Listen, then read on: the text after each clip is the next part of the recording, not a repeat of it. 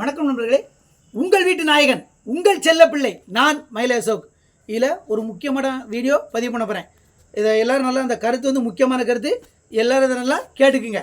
என்னென்னா, இப்போ உள்ள குழந்தைகளுக்கு வந்து அதாவது அன்பினுடைய மதிப்பும் தெரிய மாட்டேங்கு, பணத்தினுடைய மதிப்பும் தெரிய மாட்டேங்கு. அது ரெண்டு மதிப்பும் தெரியாமலே இருக்காங்க அவங்க. சரியா? அதாவது அன்பு காட்டுறவங்க மேலே அன்பு காட்டணும். அவங்கள வந்து என்ன செய்யக்கூடாது, சும்மா ஏளனமாக நினச்சிக்கிட்டு சும்மா விரோதியை பார்க்க மாதிரி பார்த்துக்கிட்டு பேசுகிறது வைக்கிறது அந்த மாதிரி இருக்கக்கூடாது.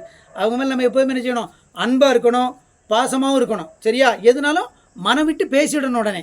அதுபோக இன்னொன்று ரொம்ப முக்கியம், பணம். அதாவது பணத்தினுடைய அருமை இப்போ உள்ள பிள்ளைகளுக்கு சுத்தமாகவே தெரியல. அவங்களுக்கு எள்ளளவு கூட அதனுடைய அருமை தெரியலை. சரியா? அதாவது அதை சொல்லி வளர்க்கணும் கொஞ்சமாவது. பணத்தை ரொம்ப அதிகமாக விரயம் பண்ணதாங்க பிள்ளைங்க, செலவழிக்கிறது அந்த மாதிரி. நான் வந்து 1997 ஆவடையானூர் புனித அரளப்பர் மேல்நிலை பள்ளியில் 10வது படிச்சிருந்தேன். அப்போ படிச்சுட்டு இருக்கும்போது எனக்கு டெய்லி பாக்கெட் மணி எவ்வளோ கொடுப்பாங்க தெரியுமா? ₹1.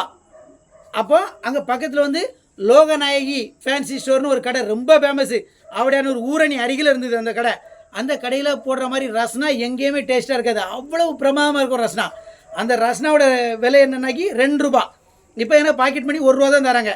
அந்த ₹1 என்ன நினச்சேன், முதல் நாள் ₹1 தந்தாங்கன்னா அதை நினச்சேன் பத்திரமா வச்சுக்கிடுவேன். ரஸ்னா குடிக்கணும்னா திரும்ப ரெண்டாவது ஒரு நாள் ₹1 தருவாங்கல்ல, அந்த ₹1 சேர்த்து ₹2 ஆக்கி மறுநாள் போய் ரஸ்னா வாங்கி குடிப்பேன்.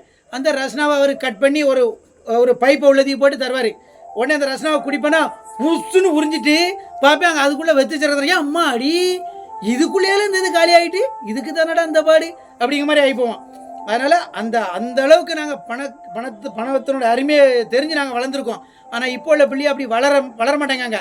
பணத்தை வந்து ரொம்ப விரைய மாட்டேங்காங்க, பேரண்ட்ஸை ரொம்ப கஷ்டப்படுத்தாங்க.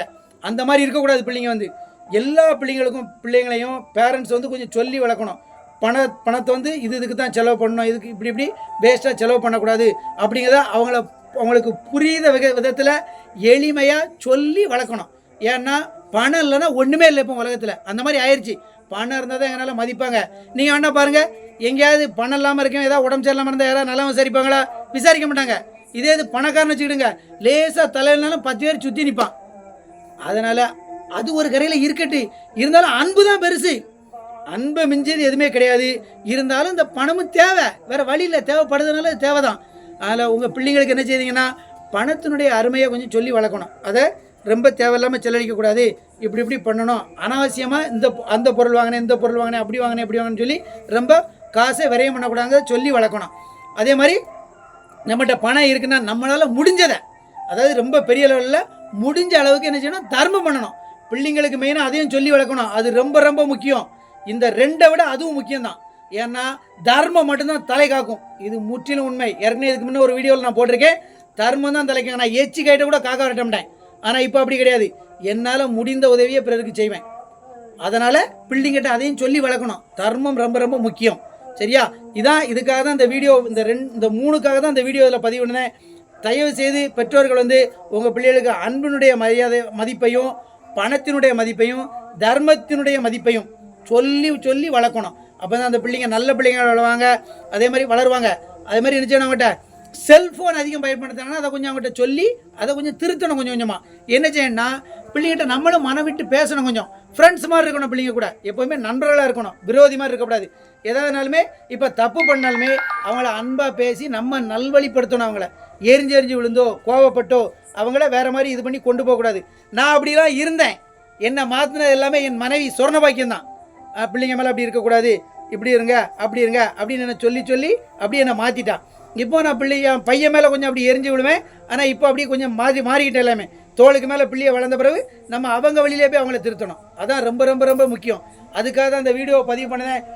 குழந்தைகளுடைய நலனுக்காக இந்த வீடியோ நான் பதிவு பண்ணேன். பெற்றோர்கள் வந்து மிகவும் இதை கவனித்து அவங்கள என்ன செய்யணும், நல்வழிப்படுத்தி கொண்டு வரணும். அவங்க தவறு செய்வது மனித இயல்பு, திரும்ப அந்த தவறு வரக்கூடாது. தவறு உங்களுக்காக இந்த ஒரு பாடலை பாடுறேன். தவறு என்பது தவறி செய்வது, தப்பு என்பது தெரிந்து செய்வது. தவறு செய்தவன் திருந்தியாகணும், தப்பு செய்தவன் வருந்தியாகணும். நல்ல நல்ல பிள்ளைகளை நம்பி இந்த நாடே இருக்குது தம்பி. சின்னஞ்சிறு கைகளை நம்பி ஒரு சரித்திரம் இருக்குது தம்பி. வாழ்க வளமுடன். இந்த வீடியோ லைக் பண்ணுங்கள், ஷேர் பண்ணுங்கள், கமெண்ட் பண்ணுங்கள். உங்கள் நாயகன் நான் மயிலை அசோக். நன்றி, வணக்கம்.